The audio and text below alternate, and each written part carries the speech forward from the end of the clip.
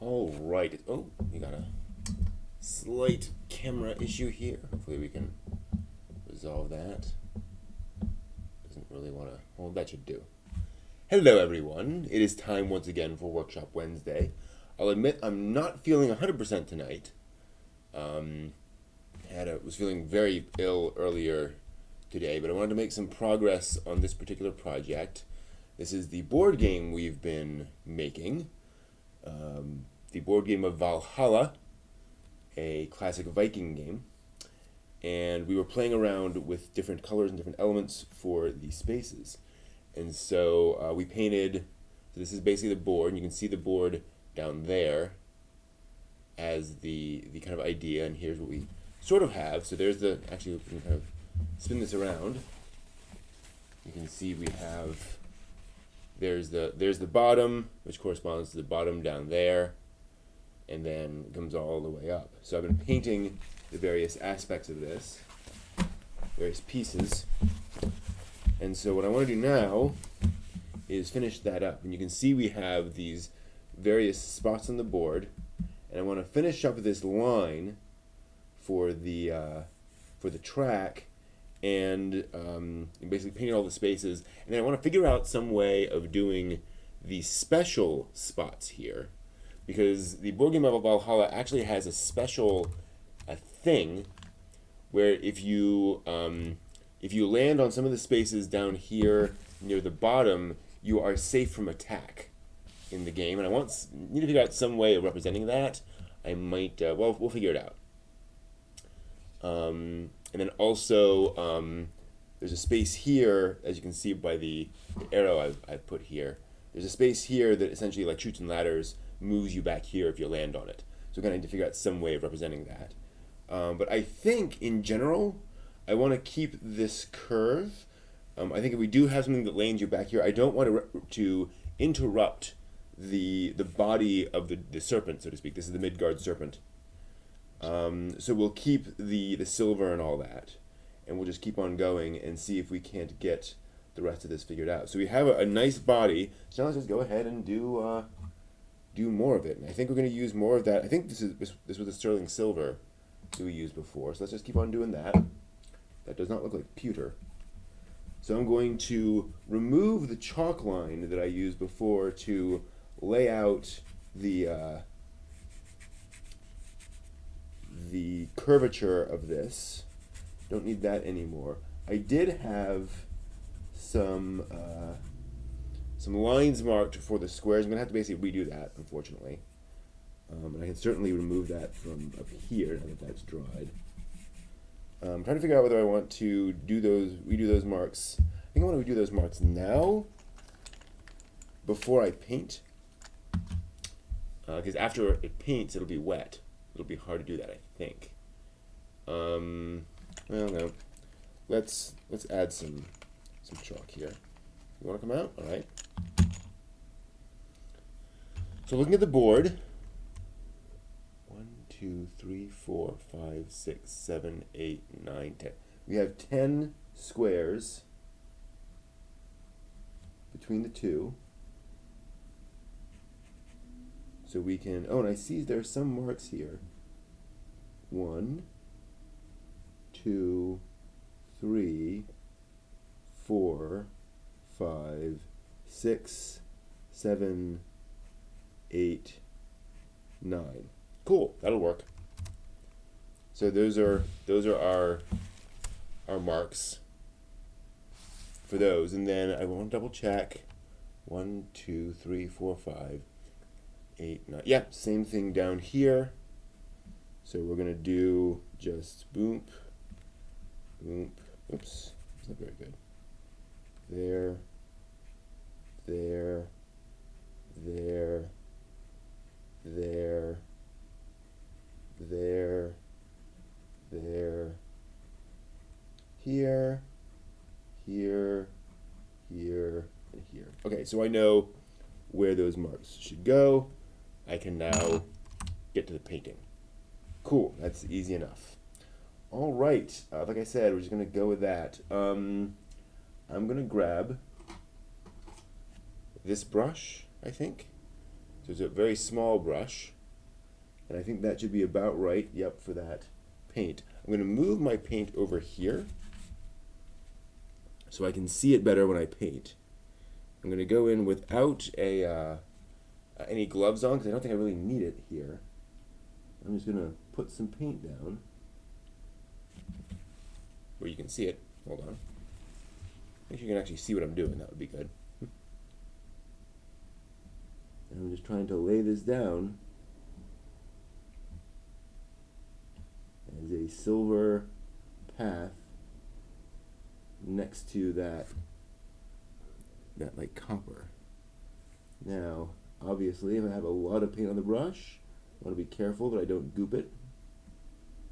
So I'm trying to be careful here.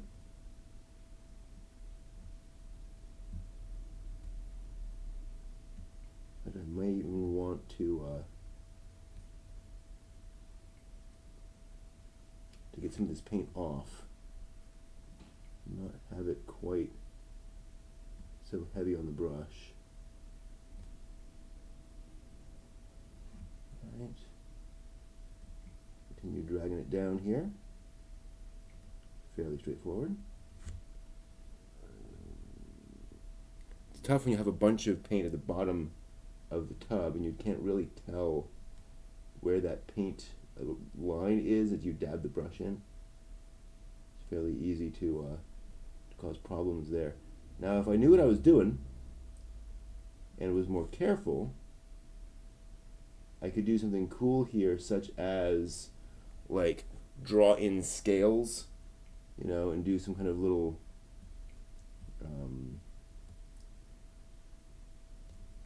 bumps or something to represent that.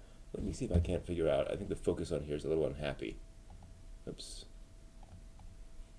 Let me see if I can't fix that. Just a moment. I set that.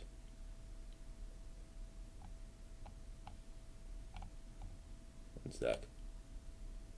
That's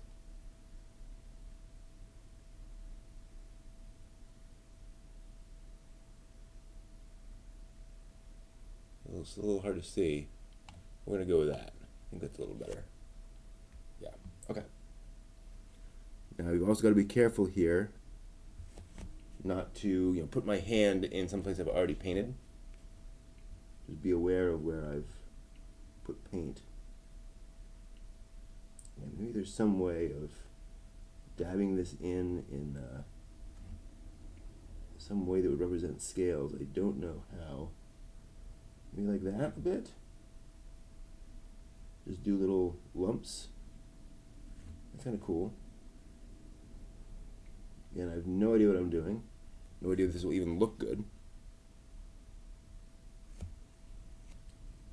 But we're just going in here and trying to do little lumps. I'm tending to, unfortunately, push all the lumps together, so they're not lumpy anymore. So yeah, maybe that's not the best idea. Okay, I'm just going to go back to a line for now. And see if I can't get that to a reasonable position.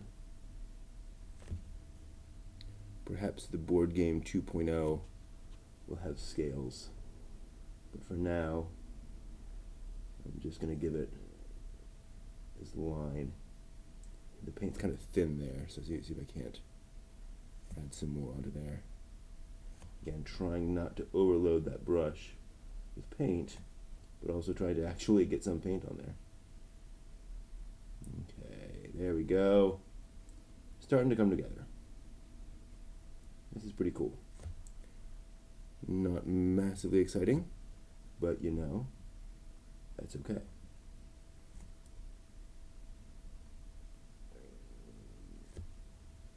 Starting to get some lines there.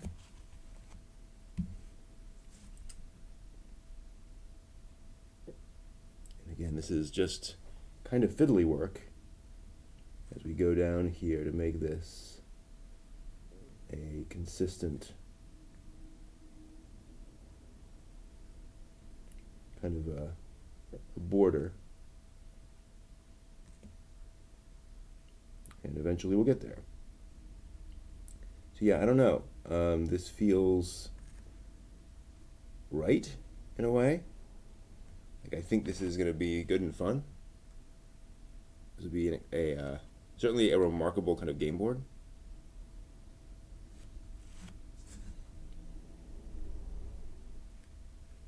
If I ever find somebody to play it with. That is the downside of these. Finding folks willing to play a board game. It is not Scrabble or Monopoly or whatever. But personally, I find those games a little hard to, well, not hard to follow, but just, you will get kind of bored of those. So bringing in something different can sometimes be the difference between just a normal get together and a really fun time. All depends on what you bring to it. Like so many things in life. Alright, so we're going to add this here. So there's our line, going all the way down there. And I'm trying to make sure I overlap with the actual like copper, bronze of the board. Don't want gaps. Let's do the underside. I'm being a little more crazy now, as I'm a little more familiar with this brush, a little more confident. Of course, confidence is often an easy way to mess up. Well, not confidence per se, but confidence can easily lead to arrogance. So you just gotta make sure that you know how far that confidence can take you. See, I went a little too wide on that one.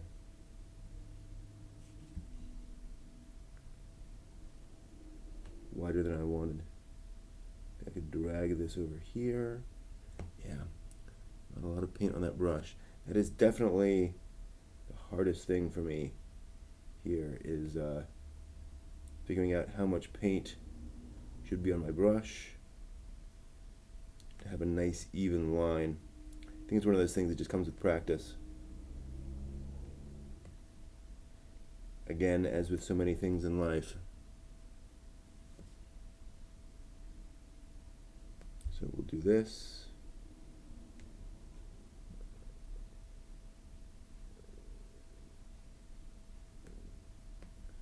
Don't like that coming out so much. I'm just going to fill that in. Oh, it's a lot of paint. Okay. Then hopefully we can get this. And I think once I finish this line, I'll go back and add in the lines for the those squares in the board. Interesting. So when I try to go over the copper or the bronze, it tends to bleed in somewhat, especially if I'm going kind of thin.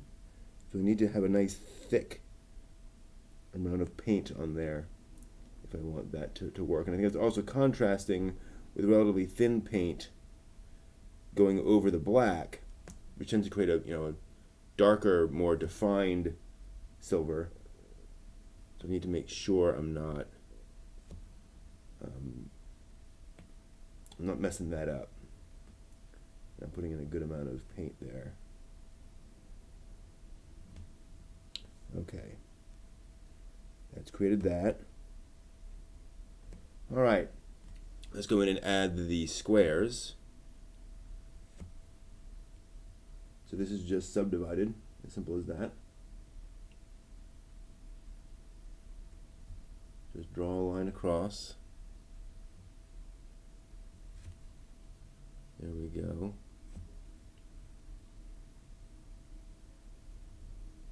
Come on over. Yeah, see, that's very thin. So I need a lot more paint on the brush to really make that stand out. Down that side. It's just not wanting to stick, and part of the problem too, I think, is I'm trying to paint. I've already got the copper down there, and it doesn't want to stick to that. So that's going to have to be that.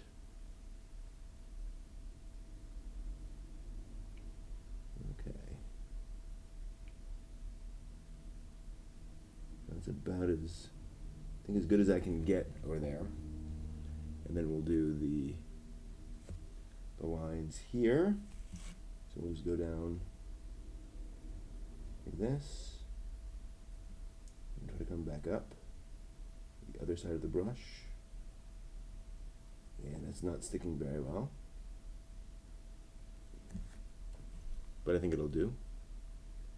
Looks okay.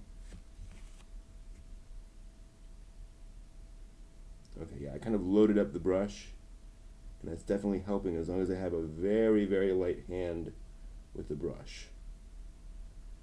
So I'm getting a lot of paint on there, but it helps it stick. Might be better if I was doing it this way, but oh well.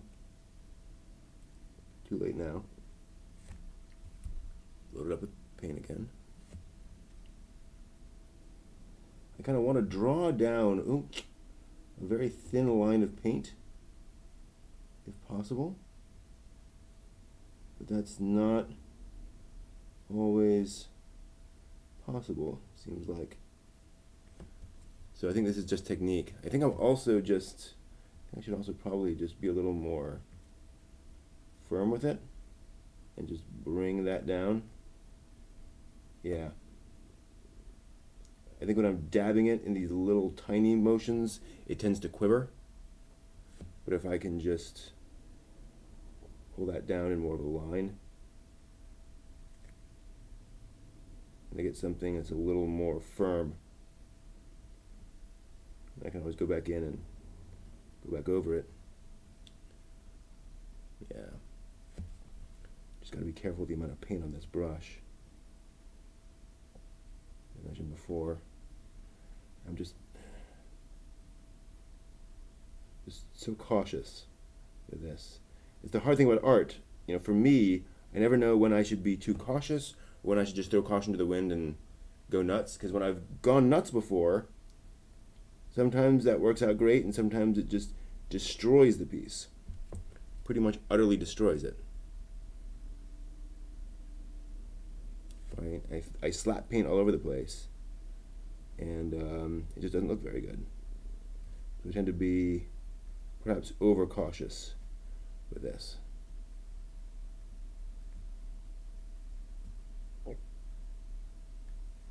And perhaps that's just something I need to outgrow. So now we're getting to that square where we have kind of the chutes and ladders situation. But I think I'm going to handle that with a silver paint. I'm going to draw or paint a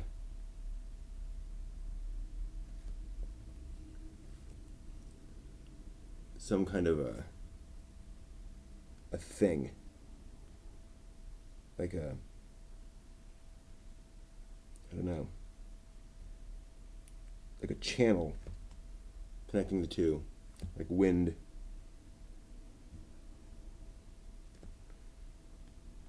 But let me get this first.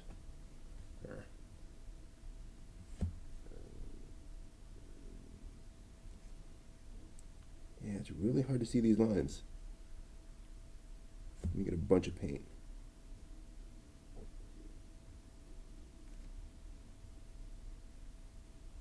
Okay, not bad. And then we'll do this one here. Yeah, almost invisible. But we can just come in here. Hopefully, no, apparently not. Hold on.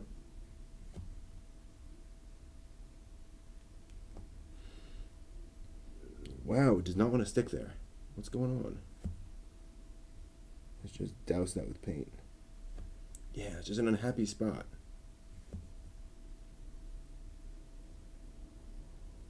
Okay. I think I've slathered enough paint on there that it's going to work. So there we go. So let me take a moment. Hello, YK2K. Liking the Gundam reviews. Thank you very much. Glad to hear it.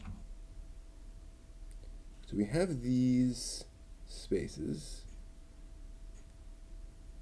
And we know that this space goes to here. So if I did kind of a trade wind kind of a thing, coming off of there, and then maybe doing that, how would that look? That's not terrible. Yeah, it goes from there. So let me just try. Again, kind of as fun. I don't know how well you can see that. Yeah, this is that square that kind of moves. So what I'm going to do, I'm going to take some paint. I'm going to try to paint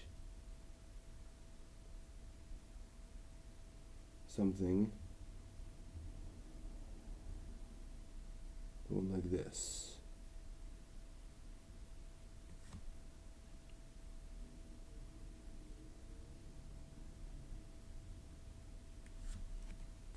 something fairly light and easy.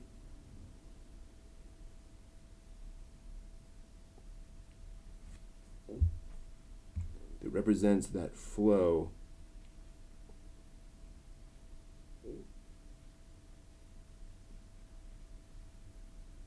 between these spots.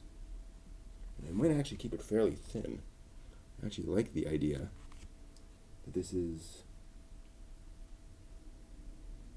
this sort of windy channel. So I'm just going to brush on some paint to represent that wind brushing, flying down.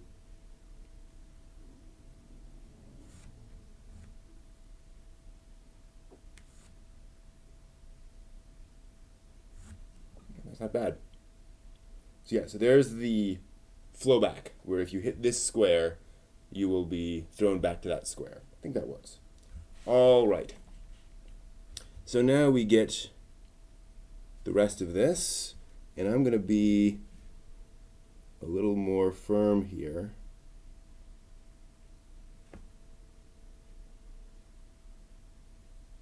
And try to just bring this down. Again, I'm feeling a little more confident.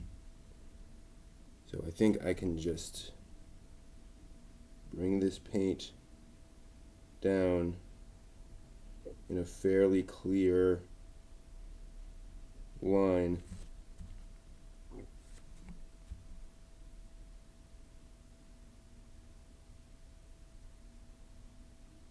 And get that border all the way in. It's a little thick here, but then it's just kind of, the way it is. Like, I always knew this was going to be uneven, so I'm not too horrified at this being off. Let's put that there. There we are. Now we're going to do this borderline. Oh, be careful there. Almost smudged it. Oh, a lot of paint on the brush. Oh, be careful.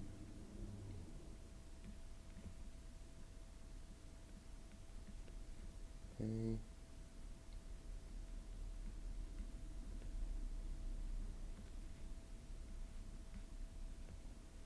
This is the thing when you see a lot of painters.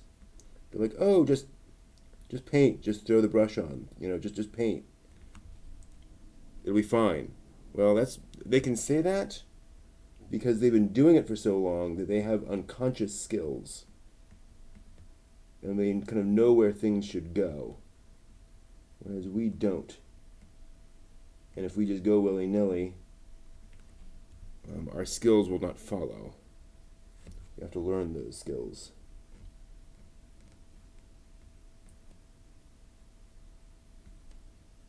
But practice at this point is how you get there. And as with most things. Oops. I need paint on there. There we are. Unfortunately, absent like really good, skilled instruction, someone who really knows how to teach something incredibly well, the next best thing is just to do it over and over until you learn to do it right. I follow this guy named Brian Brushwood online. There's a channel called The Modern Rogue, and he learned fire breathing on his own, pretty much, just by trying it out, which he says is a really bad way to learn fire eating. And he always recommends folks find somebody local and trusted if they want to learn how to do that. But he just did it over and over again and burned his mouth multiple times, but eventually figured it out. And that is definitely an avenue, especially if you don't know anyone in your area or anyone at all who can teach you a thing. You often kind of have to go alone. Although it seems to me these days it's a lot easier to find, to find skilled people. Seems like with the internet, there's got to be a fireeaters.com that will connect you with folks. Who knows? All right.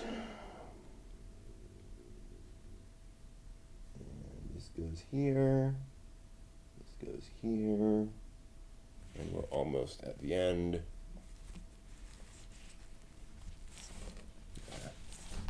There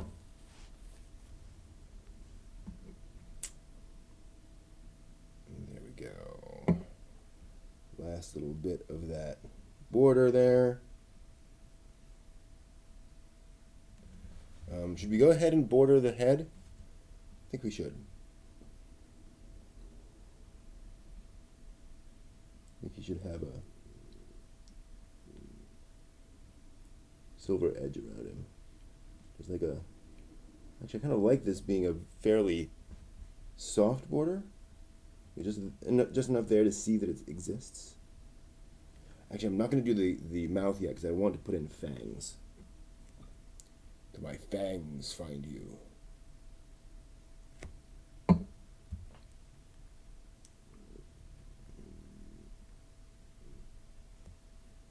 Then we'll do... I might not do the horns. Maybe the horns are special. Definitely needs red eyes, though. All dragons are better with red eyes, pretty much. Okay. Cool. So there's our dragon. Oh, we need our lines. Oh, so the bottom of this area. Put our lines, and as I mentioned before, let's try and be a little more firm this time. Let's just drag it right down. Okay. Yeah, not bad. So one problem I'm having is that when I drag down, I often end up kind of dividing the paint. So I have a thin sort of smear of paint and then two large trails of paint on either side, which definitely is not what I want. Just because of what the brush does to the paint as it's going down. Don't quite know how to fix that. Or more accurately, just do not know how to fix that. I now wish I'd pulled some of this paint out into like a pan or something, or something so I'm not constantly dipping into that that pot that I can't see into.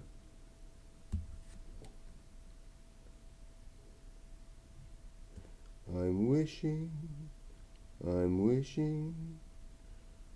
for a better paint method to find me today. One of the easier songs for them to write, I would imagine, in Snow White. Not hugely complicated. Okay, there's actually some extra paint up here I can pull down. And now we're getting up to that special spot. Oh, we also have these spots that are kind of home spots, that are fortresses. I think I'm going to represent that with some humps. But first, let's get this painted. So there's that square that sends you back from the dragon.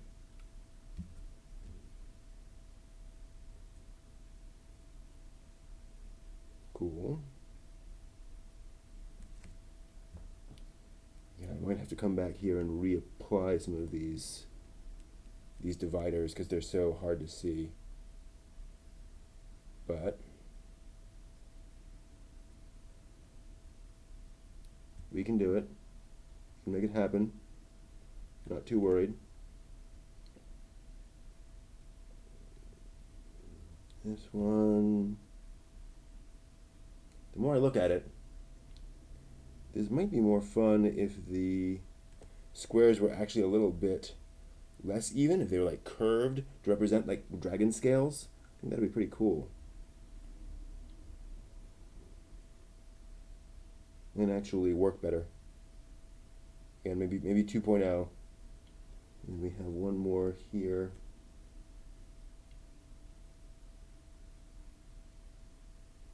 Yeah, now that I'm curving that would be way better. But oh well. All right, so we know that. What others? All right. So this one here, I'm going to add a hump to.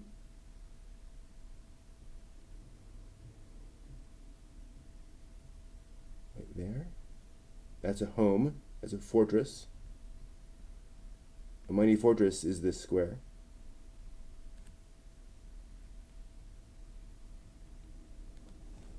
Also, this one.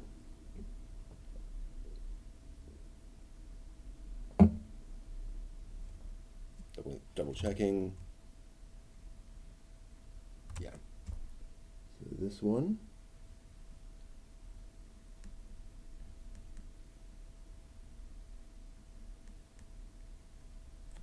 And this one.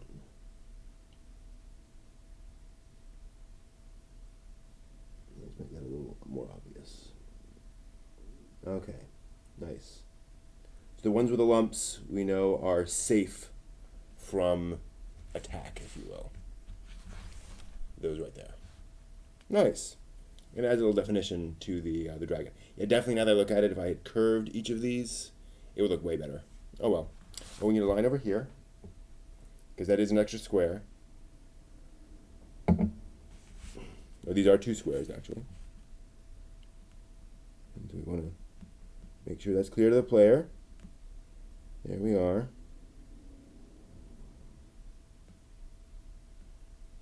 And there we are. Okay. So, let's see here. We have our sections. I believe those are the only special spots on the dragon. Let's grab our playing pieces.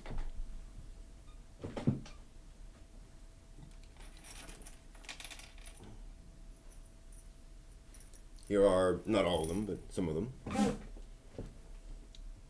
And a little plastic on there to pull off. Some of these need a little bit of cleanup from the 3D printer, but those are definitely our, yeah. There we go. So our pieces can go at appropriate places on the board. They fit rather nicely. Even the smaller spots, those fit. So I think this is actually a usable situation. So we're actually not done, unfortunately. We can't call this finished because we have the weird edges of the board, right? So what I need to do when all this is done, we're going to have a part 4, but it's going to be pretty brief, is it might not even be part 4, I might even just do it myself. So I'm going to take these edges, perhaps trim off a little bit, fold them under, like that, and then sew a line down just to create a nice clean edge, and do that on all 4 sides of the board. And then as kind of a travel board, I'll then just roll up all the pieces in the board along with a die, which I'm going to do a special die for this. I haven't been able to figure out how to get my 3D printable die to work right. So what I'm going to do instead, I'm actually going to print a die, just a blank die, actually out of resin, and then I'm going to paint the various symbols on that to represent what I'm looking for. And it'll be kind of an oversized die, so it's a little more obvious what's going on. I would 3D print that in plastic, but plastic, I found that when you're like rolling a die that's made out of plastic, the acrylic paint tends to come off pretty quickly. Tends to kind of chip off. Whereas I think with resin it might be a little bit better, and I'm gonna find out. I might actually do both. Do both a plastic and a resin die and see how those work. But those are options. And you can certainly buy blank dice online if you want to do that. You don't have to have a 3D printer for this job. And of course, also I did 3D print these pieces, but you could certainly just take general playing pieces from any kind of board game. We'll get board game pieces online and use those. So there is the last of there with, again, a few changes. Oh, one other thing. I mentioned before the eye. And let me just real quick, dragon head. I'm going to do a quick Google for where a dragon's eye might be, and it would be about there.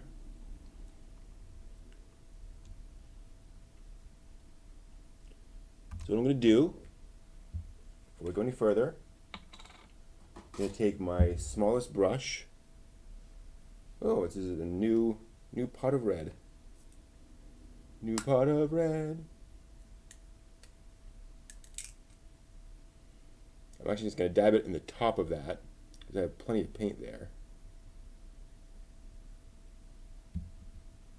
And right about here,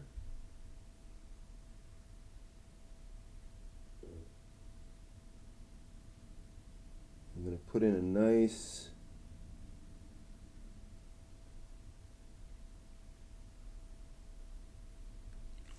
red, oh, you can't see that at all, sorry.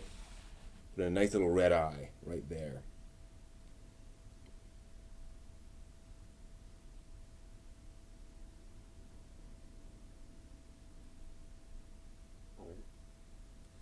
Cool. So my dragon now has an eye. I'm content with that. And, ooh, I might. Yep. Hold on. We're not done yet. It needs fangs. Let me wash this off real quick.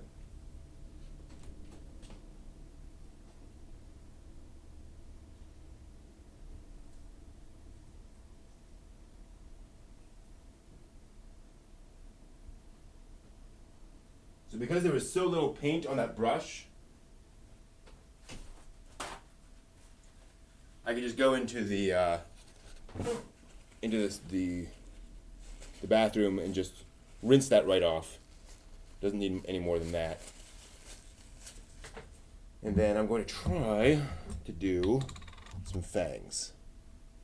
So we want sharper fangs near the front, generally speaking. Okay. Wish me luck.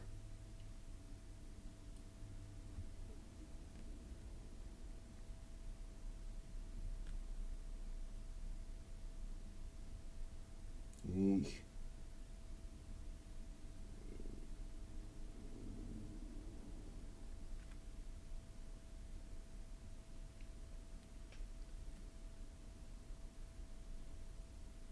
The problem I'm having here is I'm not getting very sharp points on my teeth.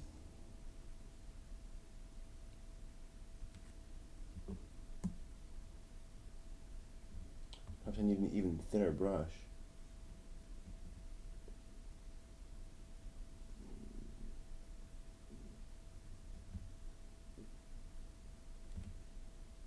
And it's kind of snaggletooth at this point. But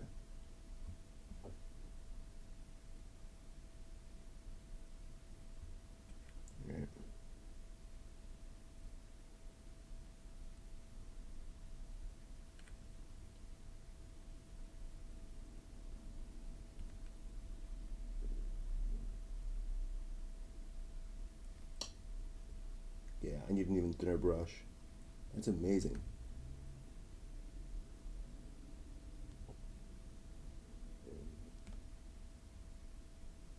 Still, I mean, it gets it across, right? Like, it's not the most fearsome dragon in the world, but it's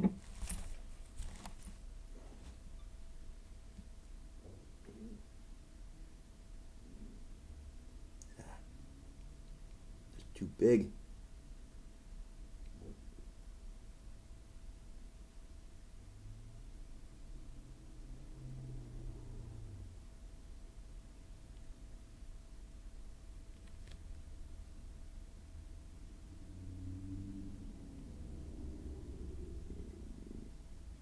Okay.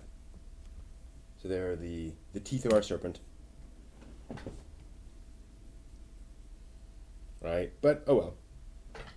It definitely adds something to it. Makes it look a little scarier. Let me put that right side up so you can see it.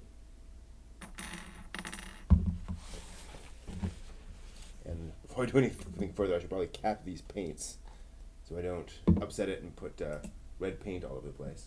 That would kind of suck. Oh, it definitely would suck. Okay, so here's our serpent, our dragon.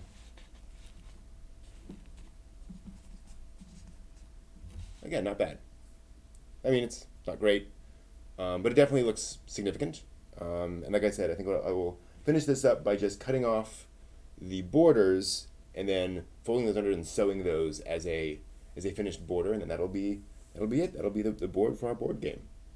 So not too bad. And then I'll probably like print off instructions and put it in there too, as well. So yeah, that is the rest of the Valhalla board game. I think we're essentially done. Like I said, we've got the border to do left, but that's pretty much it. Cool. Well, this has been a fun project. Next week we'll be tackling something else. Not quite sure what, but I have a bunch of ideas. Big old list of projects. That's been it. Just normal. Whoops. Yep, got a little bit of paint there. I'll have to fix that. But yeah, just normal craft store paints on some leather, faux leather, and we've got our board game. Pretty darn cool. All right, thank you all for watching, and like I said, we'll be back next week with something new. So until next time, make something.